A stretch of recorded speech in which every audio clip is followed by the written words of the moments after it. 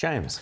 Moving on to other sort of less unsavory matters, although it's the UK Labour Party, so it is still kind of unsavory. I note that now major Labour figure Zara Sultana has suggested that Nigel Farage is comparable to, wait for it, Sophie, Hitler. Are we now at the point now where Nigel Farage is, the new sort of Hitler? Is Trump no longer Hitler? It's now Nigel Farage? Well, James, they're pretty disgraceful comments that Zara Sultana made. Now, she's launched this new party. It's got an odd name, Your Party, with the former Labor leader, Jeremy Corbyn, a very obviously left-leaning party. But this is interesting because it's stripping away voters that are traditionally Labor. They're peeling off left and they're also peeling off right. And this is where Nigel Farage comes in because he's the biggest threat to the political landscape right here in the UK now. We know that he's dominating in the polls. He's winning every poll. He won a poll last week showing that he's the preferred Prime Minister now. Not forgetting that we are quite a few years away. The next general election is not due until 2029.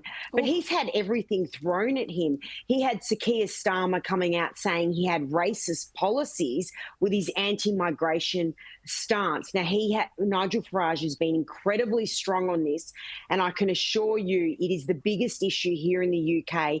Everyone talks about it because it's a laughing stock here that you can just sail in on a boat, move into the UK, be put up in a hotel, given a bag of cash and live quite freely here. And this has been such a problem for the government that they cannot get a grip on.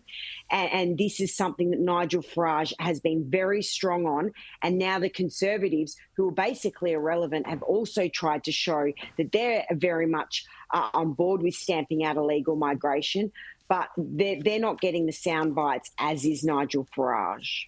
And Sophie, so Nigel Farage obviously has come out strongly against net zero. Kemi Badenoch, the Tory leader, has also, they've kind of gone through the conniptions, our own Liberals.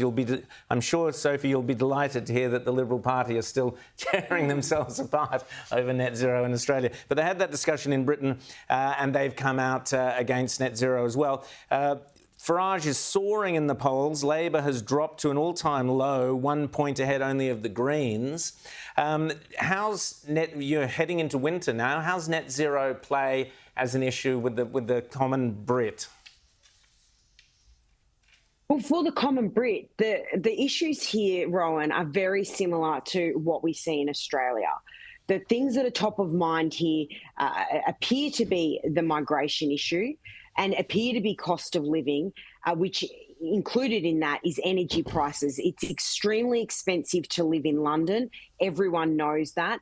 But very much so, the energy prices here are a real problem. Now, the government said they were going to subsidise some of the energy costs for low-income earners and pensioners. They walked that back. They've done backflips.